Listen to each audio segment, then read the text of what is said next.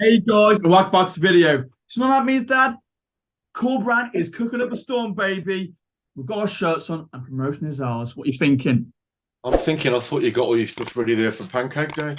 Right, right. I think that we've got some good signings in the transfer window. I particularly like Mark Albrighton. To be fair, Dan, Yeah. I think he brings. I think he's a wand of a left and a right foot with the ball. So I'm happy with that.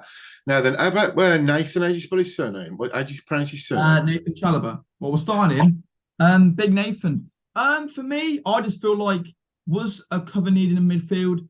Yes and no. You probably could say Jake, but I think Jake's looking like to be pushed out the door. Gordon Hinman can maybe play there. A lot of fans like seeing him in centre midfield. I do as well, to be fair, rather than right back. But Chalobah gives us that cover in midfield and a proven championship winner, and of course he's got that Premier League title under his belt with Chelsea. For me, it's a good sign, and in my opinion, he'll be a solid backup for Joachim Malumbi. What are you thinking? I'm thinking exactly the same thing. I think that yeah, fresh competition for places. Corbrand likes for every single squad player to be competitive, so I'm happy with that. But one thing I've got to say, I'm not going to let you get away with it, is um, Jake Livermore. I think he's been an outstanding servant for our club. All right, he's coming to the end of his playing career, but he's put in some hard yards for the Albion, and he does some unsung hero work, I think, in I definitely midfield. agree. I'm not going to have anybody slate him. I like him. Now then, Martin Kelly's gone to Wigan. I think that's best place for him. I think that Big Kenny has gone. Where's Big Kenny gone? Odson's in Denmark. I'll be honest with you, Dad. I'm glad he's out the door. I'll be honest with you. For me, I just feel like I don't know what's wrong with him. Maybe it's his motivation for playing football. Maybe for me, it proves that he didn't really care. Like he had many chances of different managers to have a new fresh start. And if you can't do it under Corberan or even Steve Bruce, for example, then I think a move had to happen, and I had to release him at the end of the day because a lot of wages. I'm pretty sure that he's one of the highest paid wages at the club, weren't he? He is, yeah. But the only thing I will say is we don't know both sides of the story. There I must be guess yeah. something fundamentally wrong there. I just hope he's fit and healthy, and he does what he does best, and that's stay on the bench for other clubs. So yeah, I think they're a very expensive chapter. I just hope that Albion have learnt their lessons from Yes, paying definitely. ridiculously high I wages. mean, if you But look at it, Dad, right? With Albion's transfer business, like the big players we brought in, Rondon was, to be fair, Rondon for about 50 million was actually decent. To be fair, you got Burke, who was again a lot of money. That was really a lot of waste in the end, swapping with Robbo. What I was saying, that's a Chadley about 12 million. We saw him in the end for 8, but that's again, it's not the best business in it. What we really want to see is, in my opinion, Dad, we've seen this with the Albion at the moment.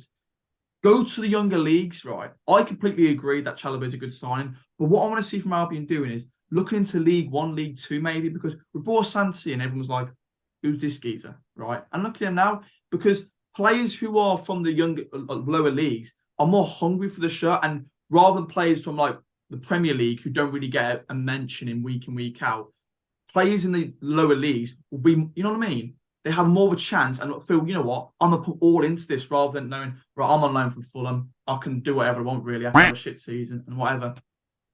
yeah, I think we've unearthed a diamond in the rough with Asante. I think what he brings to the table is a will to win, a desire to win, to keep on running. I think the younger lads in the reserves need to look at him and think, you know what, that's what I want to be like. Because even someone like Big Daryl, he needs to look at Asante, because I think that he knows what it's like to come from literally to putting the hard yards Yeah, in. no, definitely. So no, I totally agree with that. Whilst we're on the subject, by the way, of the hard yards, I'd like to thank everybody who comes up to us to Thank you so just much, guys. say hello and whatnot. It really does make our day, and also people who liking, subscribing. They're And not just commented as well. again commenting. They're not just all Albion fans. Got some fantastic blue noses, which we really appreciate. But we've got Finn and Perry, who are our regulars. We've got you name them, We've Dan. got So endless, really, haven't we? Yeah. yeah.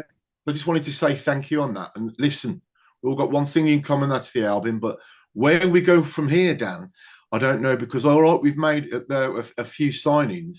Now we're about two or three injuries away from having our Exactly, exactly. But Dad, carrying what we said, a big thank you to over 1,700 people subscribing. Like, we're so thankful for that. And let's just hope the videos keep getting better and better when we get to the Premier League. Dad, now on to Brighton. I want you to mention this. What do you think of the signing? As I said at the beginning, I think Mark Albrighton's fantastic. I think he's extremely. I follow with Albrighton. People were saying this on Twitter. They were saying that he provides cover maybe at right back and he played there. But for me, he's got that determination to want to play football again. There's got to be a reason why he left Leicester. He came on his interview and said that, yeah, I want to play more football. And that's what really we want. We want to see from Albrighton because he's got the quality. We all know he has. He won the Premier League with Leicester, for example. Right. I think more. Sorry to butt in. I think more importantly, Dan, he brings the experience. He's a voice in the dressing room. He's been there and done it, and he's won Has he won the Premier League? Yes, he has. Yeah, the time in the season with Leicester. So you can't argue with him, can you? He's a quality player, Dan, and hopefully in the Championship we can tear up. But you never know, do you? You never know. For me, it's another asset and adds depth. Right. However, we've got to go on to it, Dad.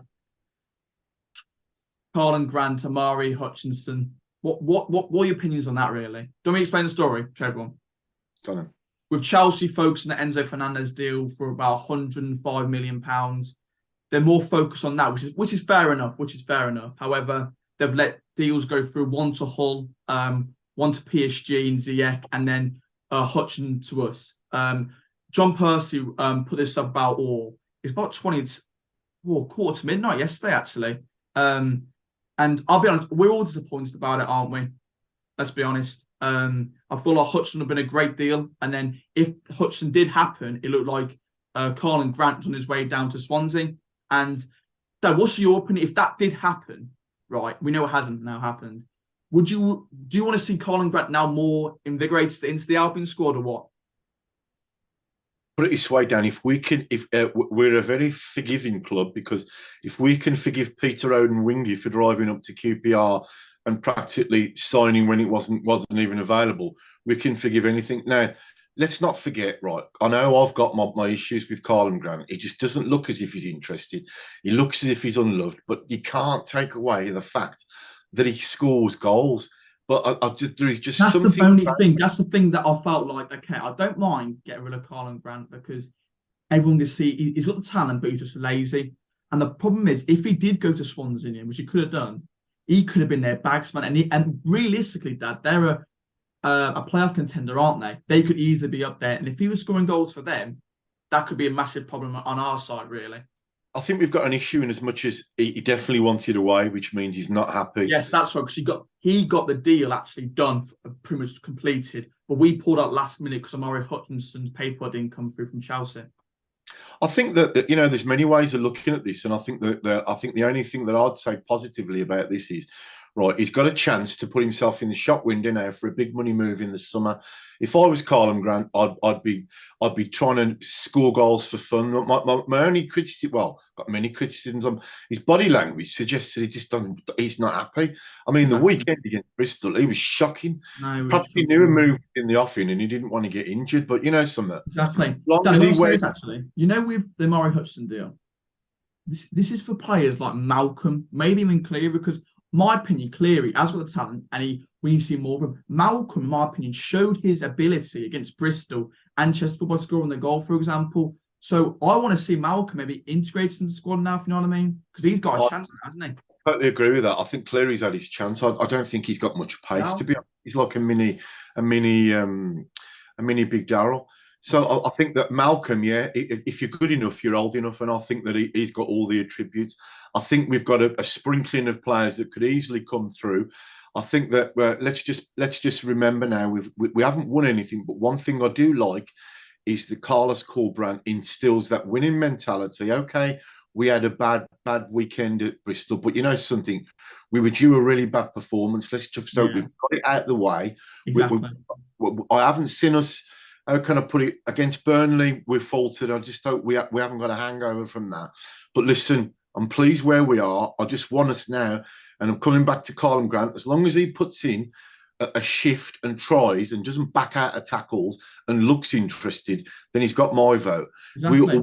What we need now, Dan, is to get behind every single one of them boys in blue and white when they put them stripes on, and let's just in your words, reach for the stars, if you know what I mean there. Dad, carry on what you're saying. I thought I'd mention this. We were talking about this earlier, weren't we? A lot of people have brought the fact that Gooch and Lai promised £5 million to be sent in the transfer window, and we haven't clearly done that. And I know we've got opposite views in it. What's your opinion on that? Again, Dan, listen, we don't know the ins and outs of it, do we? We don't know. There might have been players we went for who we haven't got. Don't forget, someone's got to pay the wages of these newcomers coming in. Oh, I do agree with that one. So I don't like to slate the owner because I don't know the ins and outs. He's obviously a businessman, but for the sake of, let's just say, two sides of the story, I don't want to say anything because there's got to be a particular reason why. There's got to be a reason, hasn't there? I mean, I don't fault the Albion recruitment because fair enough, and they gave a good job yesterday. At one point, I thought both deals wanted to come through, but in end of the day, we got Chalobah in and Albrighton, which you got to take, really, haven't you? Yeah, I do, and I think that coming back to Gucci and Lai, there are things that I'm not happy about. I'm not happy about putting our training ground at threat. The actual Hawthorns itself. I don't like that. But before I comment, I want to get all my facts straight. So I don't know. Let's just say he's not doing himself any favors. So I would like somebody to come out somewhere and communicate on his behalf. And until that happens, I don't really want to comment because you know what? No, fair enough. I love the club like thousands of others, and I want to focus on promotion rather than the situation. I get you. Yeah. I completely understand that. However, yes or no, would you start Mark O'Brien or even Chalobah on Friday against Coventry? No, would you on the bench? Yeah. Oh yeah. Albrighton, I'd bring him on. I'd bring them both on, but not from the very beginning. I think that I've heard that Nathan is having a problem with match fitness because he hasn't played that many games. I definitely heard that. That's right. So otherwise, you've got hamstring written all over it. And if you want my honest opinion, I think Big Darrell's a heartbeat away from being injured because you know something, he doesn't go full tilt when he runs. No, I do agree with that. To me, that I think is injury prone. I think that Matt Phillips' injury, I think it was always there in the background. You know, I'd like to see folk to see come on against Coventry. He's Jake Livermore. That's the game for him. Women drove a Malcolm, in my opinion. Yeah, well, 100%, Dan, 100%. You tell him something. He's the guy who could save us. You might be right there. Guys, make sure you put your thoughts down below in the comment section. Dad, anything else to say? Yeah. Thanks ever so much for all your support, and hopefully it can continue. Please come and say hi, or buy a beer if you want to when you're next door. As long as you remember, we're not going to get ideas above our station, and we are really, really appreciative to every single one of you who come and say hi. Thanks and the comment. I do really appreciate it. Guys, the boys are cooking, and what time is it? It's showtime!